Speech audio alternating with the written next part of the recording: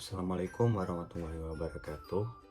Baik, nama saya Zardan Salihin dengan NPM 20 01 12 01 05. Baik, di sini saya akan mempresentasikan terkait isu etika tentang informasi manajemen yang bertentangan dengan masalah etika yang perlu diperhatikan di dalam penggunaan teknologi sistem informasi manajemen.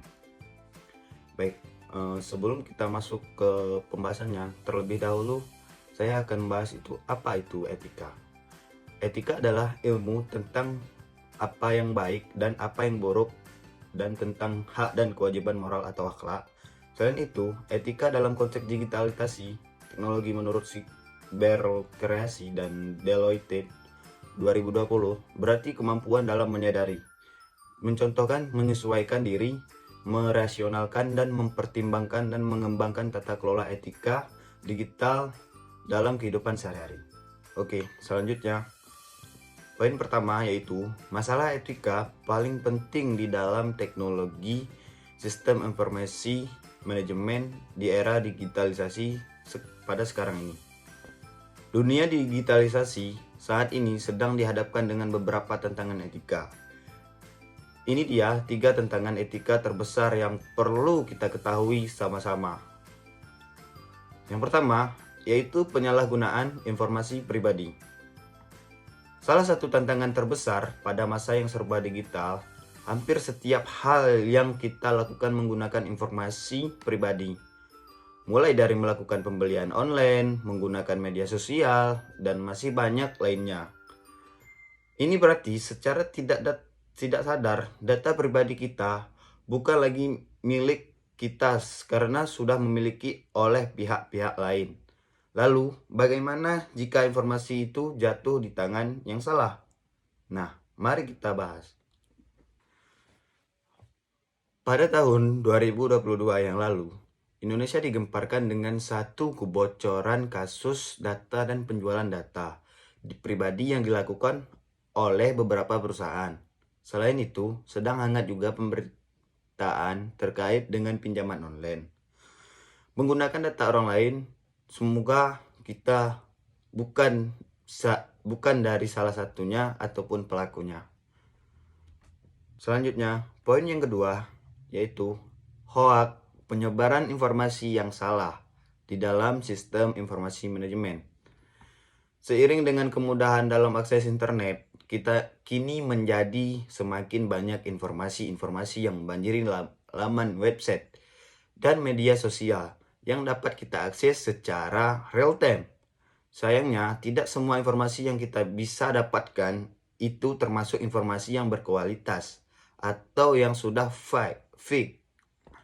Jika setiap informasi yang diterima disebarkan begitu saja tanpa adanya pengecekan data dan proses validasi, itu akan menjadi sebuah informasi yang tidak akurat, yang menimbulkan kekacauan di dalam masyarakat.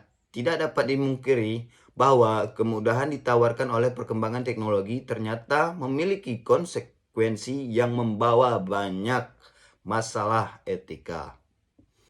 Baik, sebelum kita masuk ke pembahasan selanjutnya, adapun poin yang perlu kita bahas juga yaitu kurangnya akuntabilitas.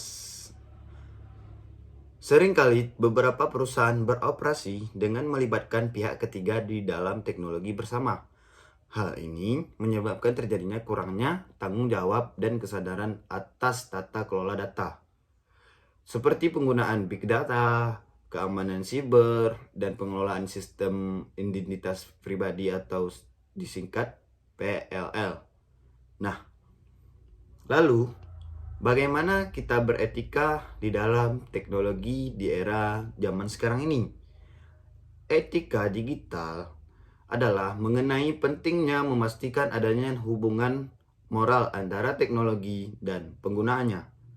Lalu, etika dalam penggunaan data dan sumber daya, bagaimana? Data adalah sumber penghidupan dalam sebuah bisnis, perusahaan yang dapat ditargetkan dalam strategi pemasarannya. Namun, dalam eksekusinya juga harus mengedepankan pertimbangan etika yang memastikan keamanan dan agar digunakan sebagaimana mestinya. Adopsi teknologi yang bertanggung jawab. Pengembangan inovasi baru dalam sebuah teknologi adalah salah satu cara untuk menjadi yang terdepan dalam persaingan di dalam dunia digital.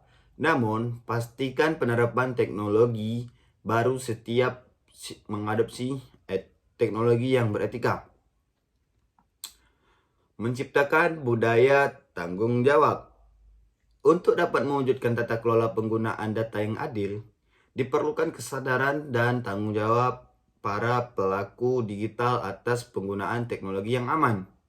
Tanggung jawab dalam penggunaan teknologi tidak seharusnya diembankan kepada salah satu pihak. Idealnya, semua pelaku digital harus memiliki pemahaman yang baik tentang etika teknologi, peraturan dan dampak sosialnya, dan dengan demikian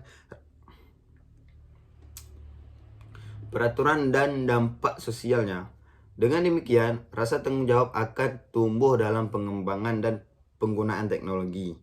Hal ini dapat membantu mengurangi dampak negatif yang diakibatkan oleh penggunaan teknologi. Dengan menciptakan budaya tanggung jawab, maka inovasi teknologi dapat selaras prinsip-prinsip etika dan dapat memberikan kontribusi yang positif terhadap masyarakat tanpa adanya kekhawatiran. Baik, mungkin sampai di sini saja presentasi saya. Apabila ada kekurangan dan kesalahan, mohon diperbanyak maaf atas segala tanggapan dan kerjasama kawan-kawan. Billahi taufik wal hidayah. Wassalamualaikum warahmatullahi wabarakatuh.